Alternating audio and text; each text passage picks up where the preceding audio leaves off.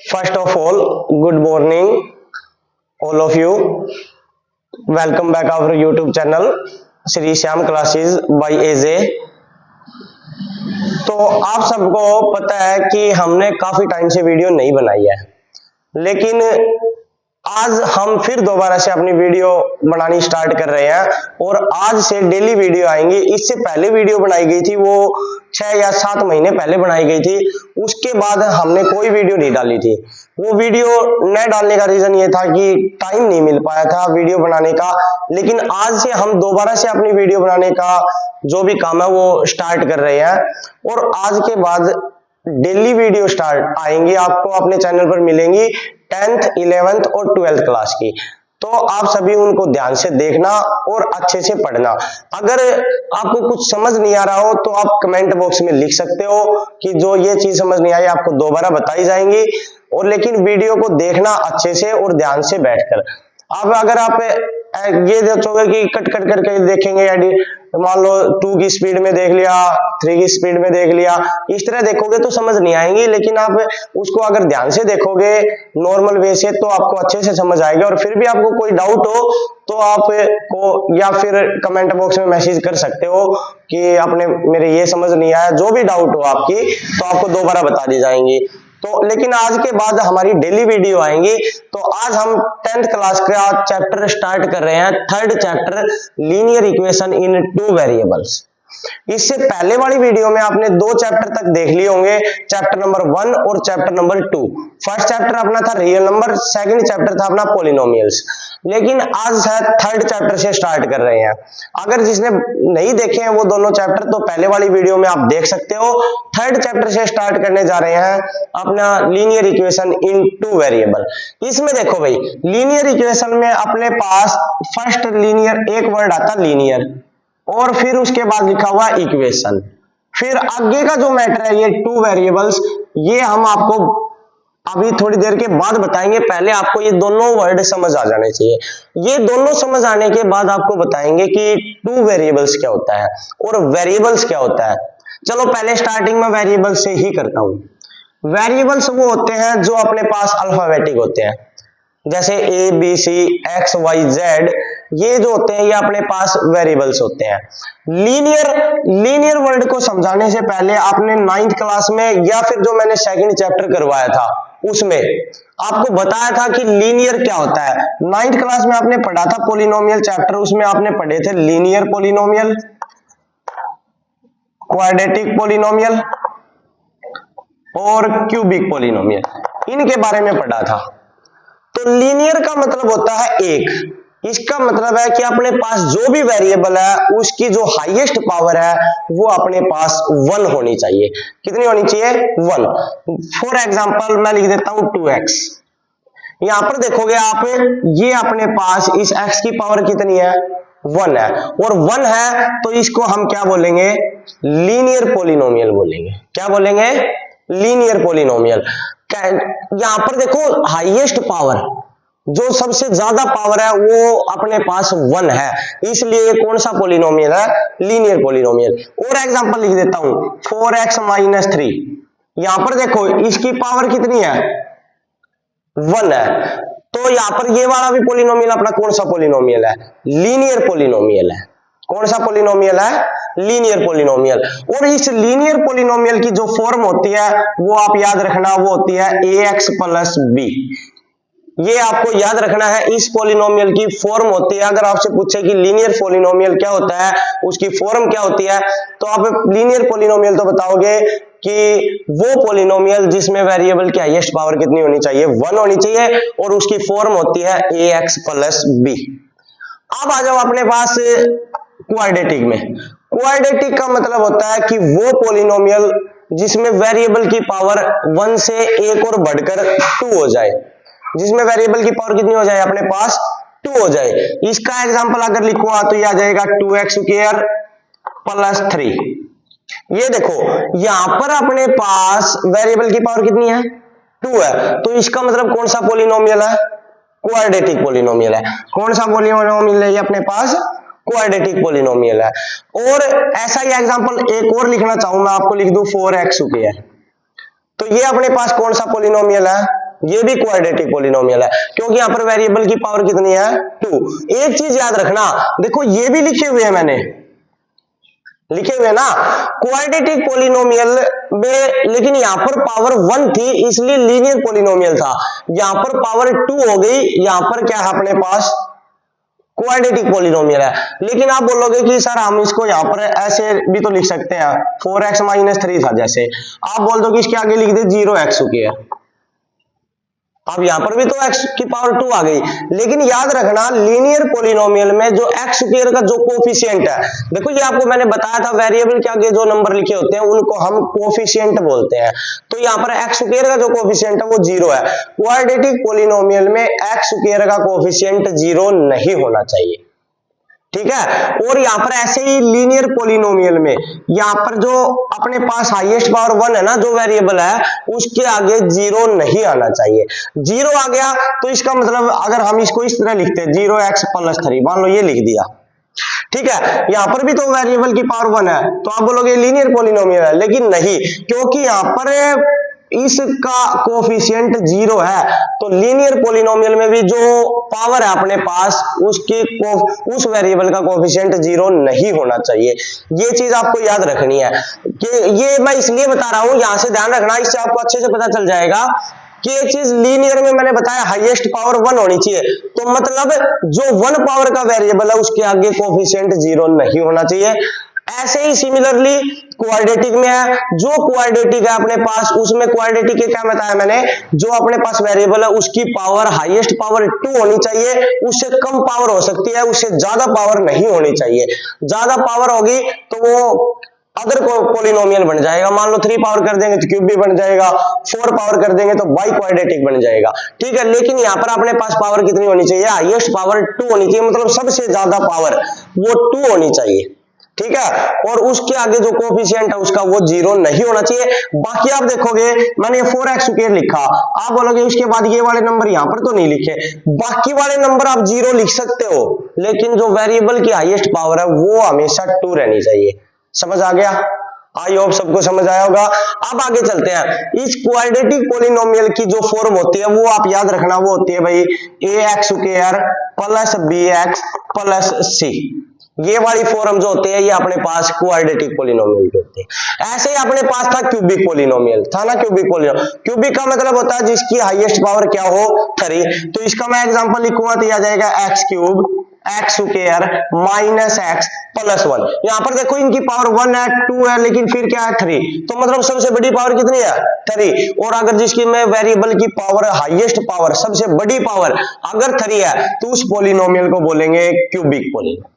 बाकी वाले 0 भी हो सकते हैं, आप इस तरह लिख सकते हो x³ - 1, यहां पर आप देखोगे x² और x जो है अपने पास है नहीं, उसको हम इस फॉर्म में लिख सकते हैं x³ + 0x² + 0x - 1, ये देखो क्यूबिक पॉलिनोमियल बन जाएगा।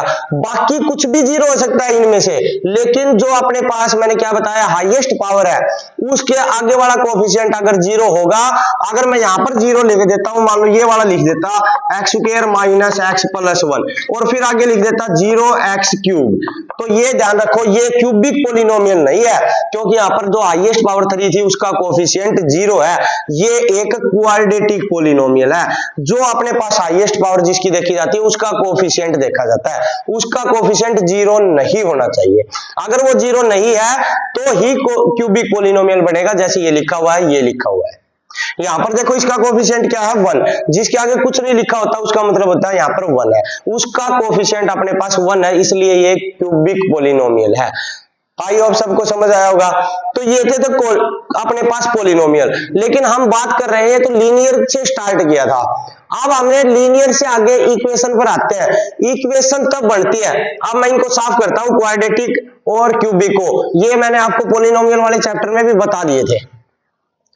यहां से अगर हम अब आगे देखेंगे तो आप देखोगे कि अपने पास इक्वेशन वर्ड आता है, और इक्वेशन का मतलब होता है इक्वेशन तब बनती है जब कोई भी पॉलिनोमियल है उसके आगे इक्वल का साइन लगा के, और उसके आगे कुछ भी लिख सकते हो, कोई कांस्टेंट लिख सकते हो, जीरो लिख सकते हो, लेकिन इक्वेशन का मतलब है उसके आगे इक्वल का साइन जरूर होना चाहिए। जैसे मैं ये लिख दूं 2x इक्वल टू 0, तो ये एक लीनियर इक्वेशन हो गई भाई। कौन सी इक्वेशन हो गई? लीनियर इक्वेशन हो गई। ये भी लिख सकता हूं 2x इक्वल टू 1, ये भी अपने पास लीनियर इक्वेशन ही है। देखो इक्वल का साइन है तो इसका मतलब ये इक्वेशन बन गई है। अब इक्वेशन बन गई, इक्वेशन समझ आ गई होगी जिसमें अपने पास पॉलिनोमियल के आगे इक्वल का साइन जरूर होना चाहिए, वो अपने पास होती है, इक्वेशन बन जाती है। अब लीनियर इक्वेशन बतानी थी तो जितने भी लीनियर पॉलिनोमियल है इनके आगे आप इक्वल का साइन लगा के आगे कोई भी कांस्टेंट लिख सकते हो, 0 1 2 3 4 5 जो भी है। अब देखो अपने पास अगर लीनियर पॉलिनोमियल की फॉर्म ये थी ax प्लस b, तो इक्वेशन की फॉर्म क्या बनेगी? इसको इक्वल टू 0 लिख देंगे, ये अपने पास लीनियर इक्वेशन की फॉर्म बन गई। लेकिन यहां से एक बात और देखो, आप लीनियर इक्वेशन की फॉर्म तो बन गई, अब इस लीनियर इक्वेशन की फॉर्म से हमें यहां पर तो लिखा हुआ 2 वेरिएबल, लेकिन इस लीनियर इक्वेशन की फॉर्म में अपने पास वेरिएबल सिर्फ एक है, x। क्या है? x वाला, ये एक ही वेरिएबल है, लेकिन यहां पर लिखा हुआ है 2 वेरिएबल्स, तो इसका मतलब है वो लीनियर जो इक्वेशन है वो 2 वेरिएबल में होना चाहिए। 2 वेरिएबल में होना चाहिए तो इसके साथ में एक वेरिएबल और लगाना पड़ेगा, क्योंकि एक कांस्टेंट ये है, एक कांस्टेंट है, इस कांस्टेंट के साथ एक वेरिएबल और आ जाना चाहिए। तो अपनी जो लीनियर इक्वेशन इन 2 वेरिएबल का मतलब है उसके अंदर 2 वेरिएबल होने चाहिए भाई, 2 वेरिएबल्स होने चाहिए। तो उसकी जो फॉर्म होगी वो अपने पास होगी ax plus by plus c कोई भी एक कांस्टेंट है और इक्वल टू 0। वेरिएबल यहां पर x है और y है, पावर 1 है इसलिए ये लीनियर है। 2 वेरिएबल है तो इसका मतलब 2 वेरिएबल की फॉर्म में लीनियर इक्वेशन है। तो लीनियर इक्वेशन की अगर आपको कोई फॉर्म पूछे तो बता दोगे ax plus by plus c equal to 0। I hope आपको ये वाला चैप्टर का जो नेम था ये अच्छे से समझ आ गया होगा। लीनियर इक्वेशन इन 2 वेरिएबल्स क्या होता है, सबको समझ आ गया होगा।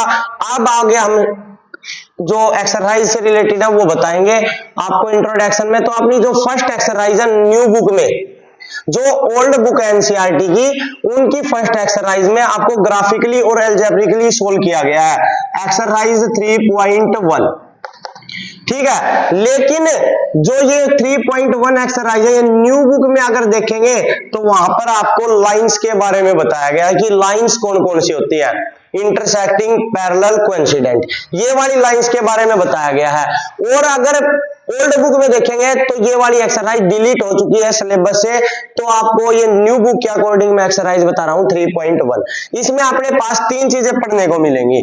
वो एक तो होगा लाइंस, उस लाइंस को कैसे पता करेंगे, और उनके बाद वो लाइन अपने पास कौन सी है उनकी फॉर्म पता चलेगी कि पैरेलल है, कोइंसिडेंट है या इंटरसेक्टिंग है। तीसरी बात वो कंसिस्टेंट है या इनकंसिस्टेंट है, ये पढ़ने को मिलेगा भैया। अब देखो लाइंस अपने पास होंगी भाई यहां पर 3 प्रकार की। एक होगी इंटरसेक्टिंग लाइन, एक होगी पैरेलल लाइंस, एक होगी कोइंसिडेंट लाइन। ये 3 लाइंस हमें मिलेंगी यहां पर पढ़ने को, intersecting line, parallel line, coincident line. Intersecting line, intersecting का मतलब होता है वो लाइन जो एक दूसरे को कट करे, कट सिर्फ एक ही पॉइंट पर करे। जैसे अपने पास ये 2 लाइन है, ये मैंने इस तरह खींच दी, यहां पर देखो एक पॉइंट बन गया, ये पॉइंट का नाम मैं मान लो ओ लिख लेता हूं। ये जो एक ही लाइन पे कट कर रही है इन लाइन को हम बोलते हैं इंटरसेक्टिंग लाइन। कौन सी line? Intersecting lines. Parallel lines, parallel का मतलब आपको अच्छे से पता है, पैरेलल तो वो होता है वो 2 लाइंस जिनको हम कितना भी बढ़ा ले या कितना भी कम कर दे, उनके बीच का जो डिफरेंस है वो हमेशा, ये वाला डिफरेंस ये हमेशा सेम रहेगा, ये कहीं भी एक दूसरे को कट नहीं करेंगी। इनको कितना भी बढ़ा लो, कितना भी कम कर लो, एक दूसरे को कट नहीं करेंगी। उन लाइंस को बोलते हैं हम पैरेलल लाइंस। क्या बोलते हैं? Parallel lines. इंटरसेक्टिंग लाइन पता चल गए होंगे, वे दो लाइंस जो एक दूसरे को एक पॉइंट पे कट करे। पैरेलल लाइन जो कहीं भी कट नहीं करे, कितना भी कम कर लो या ज्यादा कर लो उनको। कोइंसिडेंट लाइन वो होती है जो एक दूसरे के ऊपर खींची हुई हो। जैसे ये वाली एक लाइन सेगमेंट खींच दिया मैंने ए बी, इसके ऊपर एक और खींच देता हूं इसी के ऊपर, ये सी डी, इसको भी आगे बढ़ा सकते हैं, कम या कम कर सकते हैं। तो इसका मतलब ये एक लाइन हो गई। अब यहां पर देखो ए बी के ऊपर मैंने एक लाइन सेगमेंट और खींच दिया, सी डी खींच दिया ना, लाइन सी खींच दी। देखो यार डॉट डॉट का साइन लगा दिया, मतलब आगे बढ़ा सकते हैं और इसको इस साइड भी बढ़ा सकते हैं। तो ये लाइन है अपने पास। एक लाइन मैंने सी डी खींच दी और एक लाइन मैंने चलो इस ए बी को भी आगे बढ़ा सकते हैं और कम भी कर सकते हैं। तो एक लाइन ए बी खींच दी, लेकिन एक लाइन के ऊपर दूसरी लाइन खींची हुई हो, उन लाइन को बोलते हैं हम कोइंसिडेंट लाइन। देखो यहां पर एक लाइन थी ए बी, इसी के ऊपर मैंने एक लाइन और बना दी सी डी, ये दोनों लाइन एक दूसरे के ऊपर बनी हुई है, तो इन लाइंस को बोलेंगे कोइंसिडेंट लाइन। अब यहां से आपको एक बात और पढ़ने को मिलेगी, इंटरसेक्टिंग लाइन वो लाइन होती है जो सिर्फ एक ही पॉइंट पे कट करती है। यहां पर देखो ये कौन से पॉइंट पर कट कर रही है, वो वाले पॉइंट पर। तो इसका मतलब इसके कितने सॉल्यूशन होंगे? वन सॉल्यूशन होगा, जिसको हम यूनिक सॉल्यूशन भी बोलते हैं। क्या बोलते हैं? Unique solution. पैरेलल लाइंस वो लाइंस होंगी, देखो ये आपको नजर आ रही होंगी, कहीं भी एक दूसरे को कट नहीं कर रही, इसका मतलब इसका कोई सॉल्यूशन नहीं होगा, इसके हम सॉल्यूशन लिखेंगे नो सॉल्यूशन। कोइंसिडेंट लाइन आपको नजर आ रही होंगी, एक लाइन के ऊपर दूसरी लाइन बनी है, इसका मतलब ये आपको नजर आ रही है मैनी पॉइंट पे कट कर रही है। तो इसका मतलब क्या हुआ, ये कितने सॉल्यूशन होंगे? मैनी सॉल्यूशन होंगे इस लाइन के। इन तीनों लाइंस के बारे में अगर कोई डाउट है तो आप बता दो मुझे। तो इंटरसेक्टिंग लाइन, कोइंसिडेंट लाइन और अपने पास पैरेलल लाइन, तीनों के बारे में पता चल गया। अब ये तीनों लाइंस, जो लाइंस एक दूसरे को इंटरसेक्ट करती है, वो लाइन होती है भाई कंसिस्टेंट लाइन। जैसे यहां पर अपने पास कट कौन कौन सी कर रही है? इंटरसेक्टिंग लाइन कट कर रही है ना, कितने पॉइंट पर? एक पॉइंट पर, जिसको हम यूनिक सॉल्यूशन बोलते हैं। एक पॉइंट पे कट कर रही है, तो इसका मतलब ये लाइन कट कर रही है, तो अपने पास कंसिस्टेंट लाइन है। कौन सी है? कंसिस्टेंट। तो इन लाइंस को हम कंसिस्टेंट बोलते हैं। वो लाइन जो एक दूसरे को कट करती है, अब ये कट कर रही है चाहे कितने भी पॉइंट पे कर रही हो, एक पर कर रही है तो भी कोई दिक्कत नहीं, तो भी हम इसको कंसिस्टेंट बोलेंगे। ये लाइन मैनी पॉइंट पे कट कर रही है एक दूसरे को, तो इसको भी हम कंसिस्टेंट बोलेंगे। और ये देखो आप पैरेलल लाइन कहीं भी एक दूसरे को कट नहीं कर रही, इसको हम बोलते हैं, जो लाइन कहीं भी कट नहीं करती उसको हम बोलते हैं इनकंसिस्टेंट। क्या बोलते हैं? इनकंसिस्टेंट। तो ये जो अपने पास पैरेलल लाइन है वो कौन सी लाइन होंगी? इनकंसिस्टेंट लाइन होंगी। इंटरसेक्टिंग लाइन भी कंसिस्टेंट होंगी, कोइंसिडेंट लाइन भी कंसिस्टेंट होंगी, और पैरेलल लाइन है वो इनकंसिस्टेंट होंगी। आई होप आपको लाइंस के बारे में अच्छे से समझ आ गया होगा। अब आज के लिए इतना ही, और नेक्स्ट जो आपकी एक्सरसाइज करवाएंगे 3.1, उस एक्सरसाइज का जो भी थोड़ा बहुत इंट्रोडक्शन होगा वो नेक्स्ट वीडियो में बता देंगे। आज के लिए आपका ये 3rd चैप्टर का इंट्रोडक्शन था। अगर आपको समझ आए तो प्लीज लाइक, शेयर और सब्सक्राइब करना, चैनल को सब्सक्राइब करना मत भूलना। Thank you and have a nice day.